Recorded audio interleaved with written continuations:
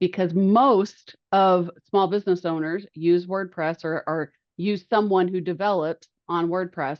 And I have found that to be the biggest nightmare ever. Personally, I have no love for WordPress. I'll be honest.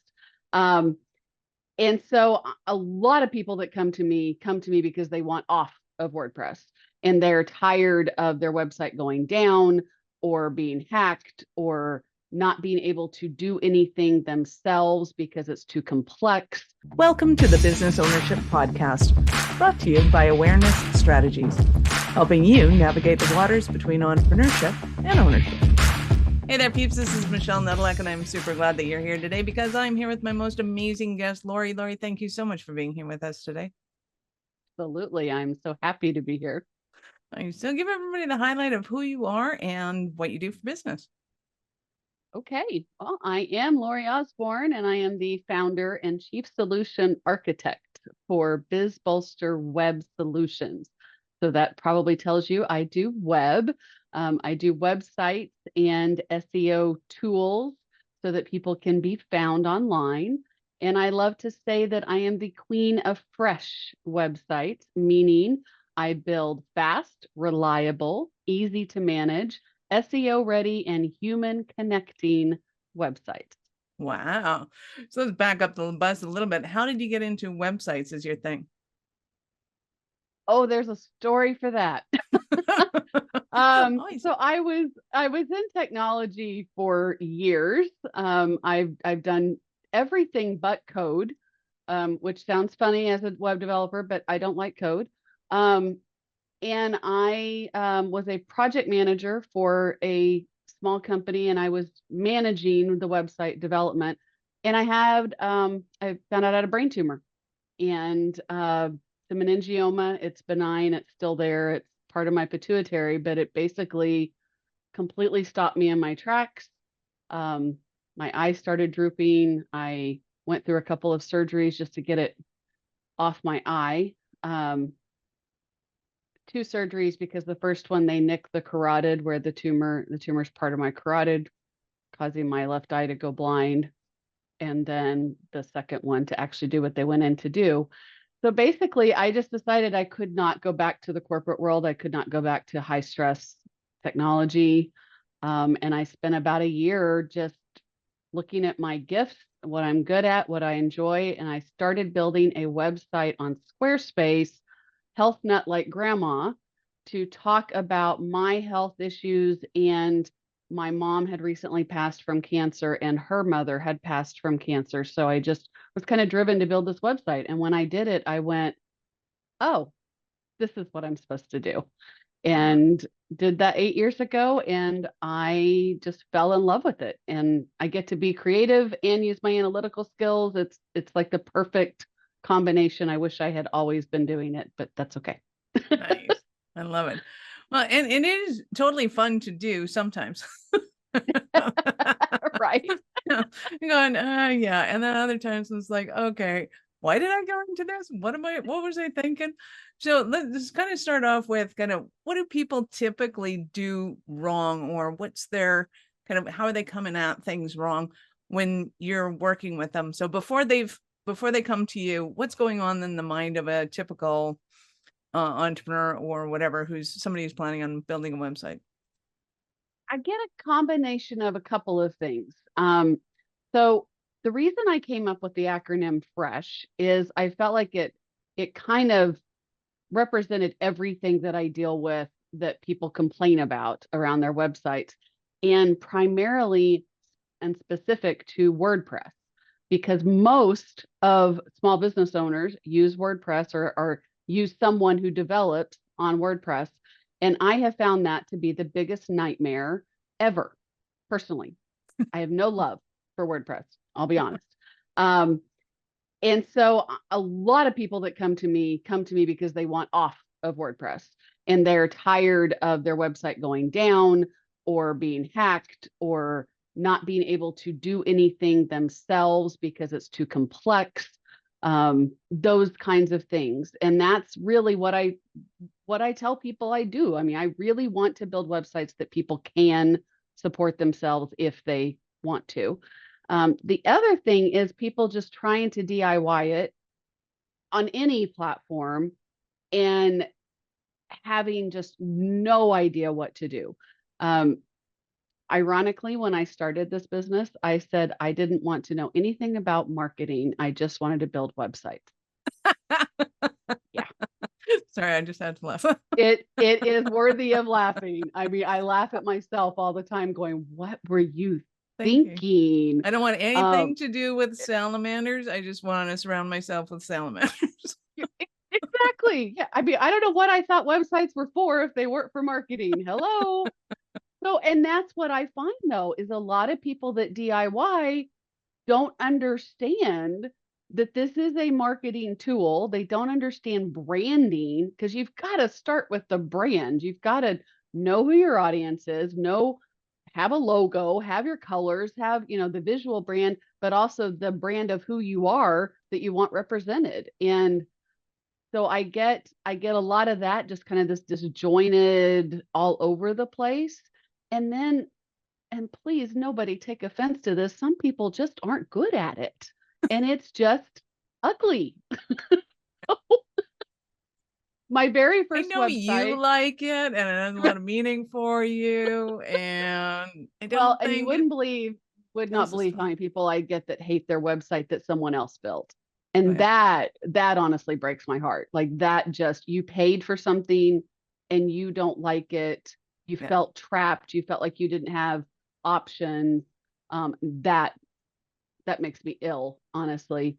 But my first website was with a realtor I was working with at the time. It was an amazing big personality, a Scottish guy, and just a great guy. And his website was just, I'm like, this is not you. There's nothing about this that represents you. And so I see a lot of that, unfortunately. Right. So you touched on the acronym FRESH. Run me through it and what is it and what does it mean and how does it work? Okay.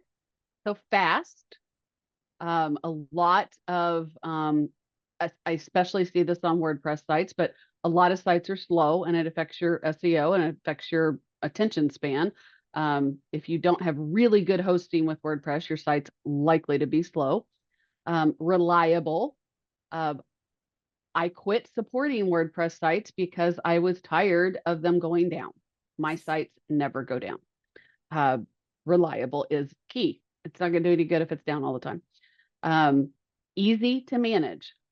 I want my clients to be able to go in and update a word, a picture, a whatever if they want to.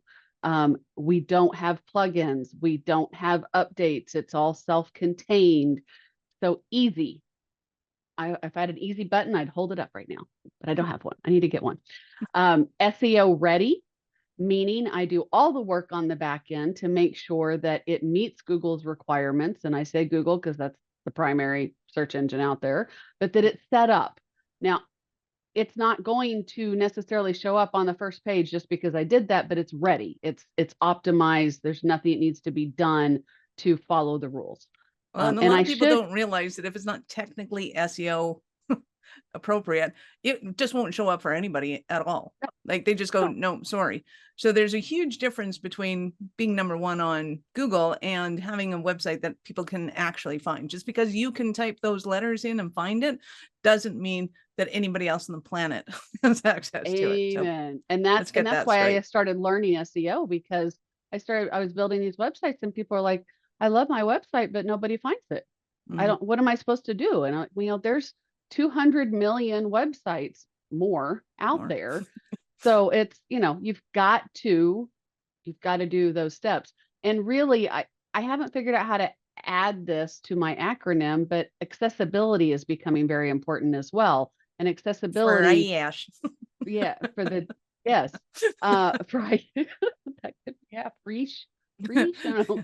But accessibility is also a part of SEO because if your site is set up properly for disabled, it is automatically going to improve your SEO extensively. They tie together so closely. And then the last thing is human connecting. And that's when I talk about websites, to me, a website's purpose is to build, know, like, and trust, to build relationships. In most cases, unless it's low-end sales or an e-commerce site, the site is not there to sell. It's there to start the relationship and build the know, like, and trust. So I work with people on opt-ins and making sure that their site shows people what they know and welcomes them in to extend that relationship. And when you're adding things like blogs and continuously updating your website to where people want to come back, and you have your whole funnel, then that's the whole point. You're human connecting and building those relationships. A lot of people have the argument that WordPress technology in the back, certainly not just a naked WordPress site. Peeps, if you have a naked WordPress site, I don't think I've seen those since about 2005. Usually somebody will put something on top of it so that you can go in and change the names and dates and stuff and make it a little easier. But that's a whole different kind of conundrum too. But when it comes to the tech functionality of a site, having opt-ins, getting the information into a database, all that kind of stuff, WordPress is kind of up there. So what do you use to be able to get somebody's opt-in information into their database so that it's streamlined, it's easy? Let's go back to that easy thing. And how do they kind of set up those funnels, keep track? So I primarily develop on Duda, DUDA, that a lot of people have not heard of. If I develop a site on, say, Wix, Wix has a great funnel built in and a CRM. There's things I don't love about Wix, but it does have that. When I'm building on Duda, I usually set people up with MailerLite if they are cost conscious and they don't already have a CRM, because you can do MailerLite for free up until 1,000 people, subscribers, whatever the word is. Context. So yes, it is a little more convoluted in that there is another tool, but MailerLite is very easy to use and easy to set up those funnels, and it's easy to integrate with Duda. Right. So I'm assuming, correct me if I'm wrong, that we're talking about kind of solopreneurs that are the ones that are kind of the head chef and coffee maker that have to go in and do their own marketing and do their own updates and things. And they tend to be very spontaneous and going, oh yeah, we have an event on Friday. Oh yeah, I should probably send that thing out. But not always. I work with a lot of different sized, or I work with a ton of nonprofits. Nice. Which is another reason to have it easy, because you're usually dealing with volunteers updating. I have a lot of clients that I do their updates for them. I just want them to have the option if they have it. But it's not all, I won't lie, I do have a lot of solopreneurs, but I have larger businesses as well. And we are not limited in size by the platform. It's a platform that's been around for a while. It's excellent, and it does scale well. Nice. Nice. So when it comes to kind of that fresh approach to websites, a lot of people come to me and go, oh no, my website's fine. I just need this. And then I go and look at their website and it's like, dude, have you updated it since 1990? Just asking. Yeah. For a friend. Yes. Wants to know. For a friend. I love it. So why is it important that somebody has a fresh website? Number one, SEO. Google requires your new fresh content data to really show up in search engines. Two, to get people to come back. I mean, if you ever want someone to return to your website, you're going to need to have something different than you had in 1990 for sure. And that's where the blogs and all of that good stuff comes in. But I'm changing my website daily. There's always something changing on it. And I realize not everybody wants to do that, but your business does not stay the same every day. So why would your website stay the same every day? You're going to have new offerings, new opportunities. Hopefully you're out there doing things that you would want to promote on your website, whether it be a visit on a podcast, a speaking engagement, an event that you're sponsoring or involved in. There should always be something out there that you could update on your website to keep it active and going, and to let people know that you are actually in business. I mean, Still. exactly. I mean, your website is the first place people are going to go when they hear about your business. They're either going to look you up or they're going to look your business up. So if you don't have a website and you don't have a website that represents you and it's not fresh and new and current, then you're going to lose their attention. And what do you say to people who go, okay, people come to my website, they want information, and you go to their website and it looks like a digital version of War and Peace, and you're like, oh, okay. So there's a difference between knowing what you do and knowing how you do what you do. So how do you get them to kind of peel back a little bit from the how-tos of it and get into more of a user experience? A lot of conversation. And I've been really blessed. I will always say we attract our clients. We don't, if you're doing it right, you're not going out looking for them, you're attracting them. And I seem to do a really good job of attracting people that trust me to build without a lot of input. I get a few here and there that, but it's usually like nitpicking the little tiny stuff. It's not the overall design. Like when I first started this, I worked for larger companies where you have to figure out the design from start to finish before you even get started. I don't do that. I just start building, and I've never had someone come back and go, that design is horrible. Like I because I spend a lot of time with people getting to know them and their audience and what they're trying to accomplish with their business.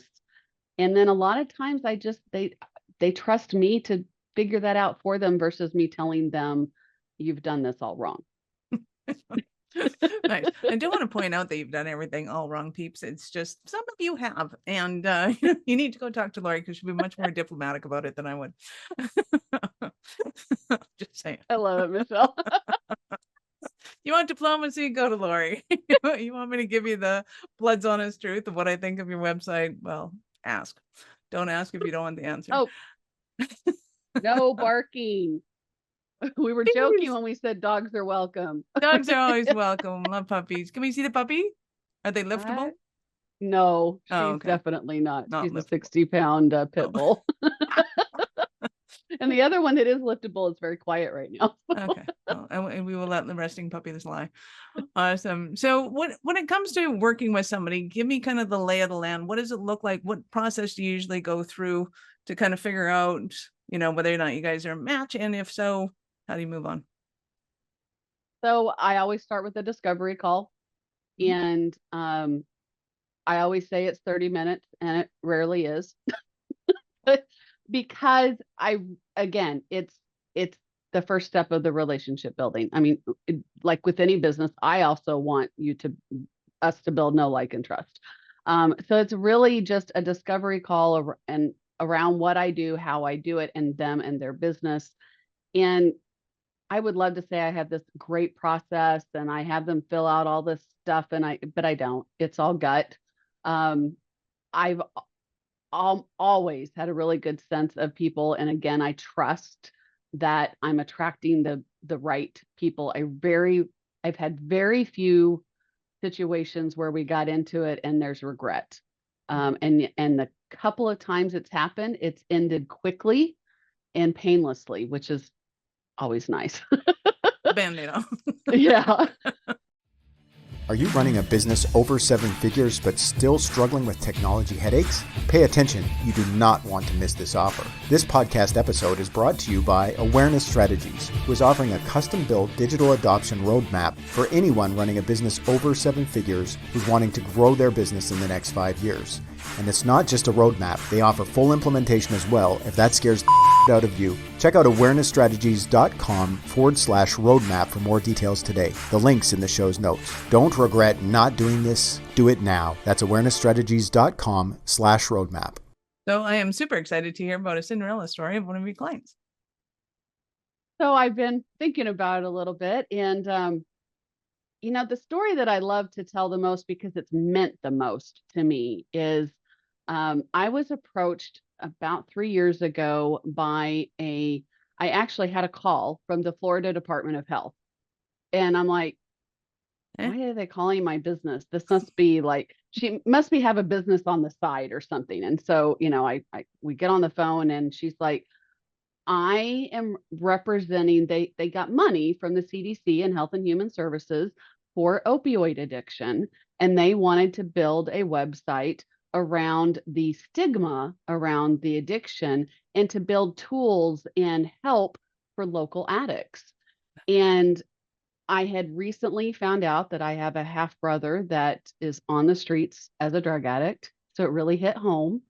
And she said, I'm in a really small county in Florida. And she said, I want it built locally. I want local talent doing this. And I'm like, let's go. Let's do it. So I was able to bring in a local videographer. We did 10 videos of former addicts or family members of addicts that were very touching, really hard to get through, but very touching, and built just this amazing resource for local people. And, being a small county, and I hadn't, I'd been here, 6 years. I didn't even realize it was so bad. If you're not living it, you don't really know what's going on. And I, and the sad thing is the funding stopped and they actually wanted me to take the website down. And I said, no, I'm not taking it down. It's very little cost to me and it's such a major resource. I will never take it down. Now, the data I wish was more updated and I would like to come up with some more data for it. But to me, it's still a resource. There's still, the videos are still there and the rehab centers are still there and the information doesn't change. We still have a problem in our country and this resource is still there for our county.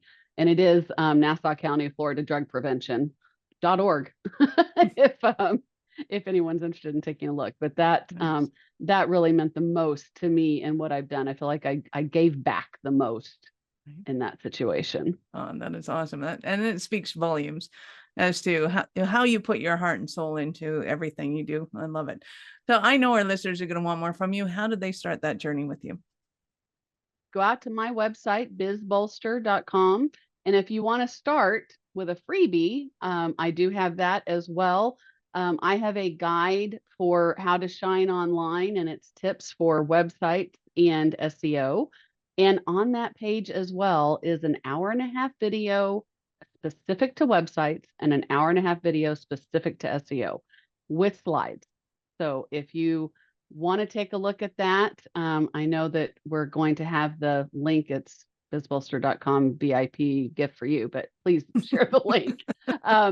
And then anywhere on my website, if you see a button, let's chat or schedule a discovery session, which is everywhere you look, schedule a call and let's talk and let's see if we are a good match. If you feel like I get you, because we got to start with that. We got to start with you knowing your brand and me getting it and then go from there. I love it. So peeps, we will of course have all of Lori's links in the show notes. Go ahead and scroll down, click on those links, open up in a new browser because we're not done yet. So Lori, I get to ask you, at what point in life did you know that you're a special kind of crazy enough to think that you could become an entrepreneur? I was a kid. I have always, this is my second business, and I have always seen myself as self-employed. Maybe it's being an only child, but not from my mother. My mother was in an accounting job, the same accounts payable work her entire life. I found my dad when I was 23 and found out he was a lifelong entrepreneur. I'm just like my dad. It's really kind of scary. But as a child, I've always known this is what I'm supposed to do. And my husband does think I'm crazy. Because he's a lifelong corporate guy. So he tells me all the time, I don't know how you do what you do. And I would have quit years ago. Like you would have never started, honey. Don't worry. All good, honey. Go to the fridge. Not kidding. Awesome. You've been amazing. Any last words for our peeps? Just trust yourself, trust your brand, and love your website. That's what I want for all of you. I love it. Lori, thank you so much for your time. I appreciate it. And I know how valuable it is. Thank you so much. I love being here. Awesome. Peeps, this is Michelle Nedelec. Thank you for being here with us today. Be sure to subscribe to the show and share it with your friends. We love helping entrepreneurs grow. Are you running a business over 7 figures but still struggling with technology headaches? Pay attention, you do not want to miss this offer. This podcast episode is brought to you by Awareness Strategies, who is offering a custom-built digital adoption roadmap for anyone running a business over 7 figures who's wanting to grow their business in the next 5 years. And it's not just a roadmap, they offer full implementation as well if that scares the out of you. Check out awarenessstrategies.com/roadmap for more details today. The link's in the show's notes. Don't regret not doing this. Do it now. That's awarenessstrategies.com/roadmap.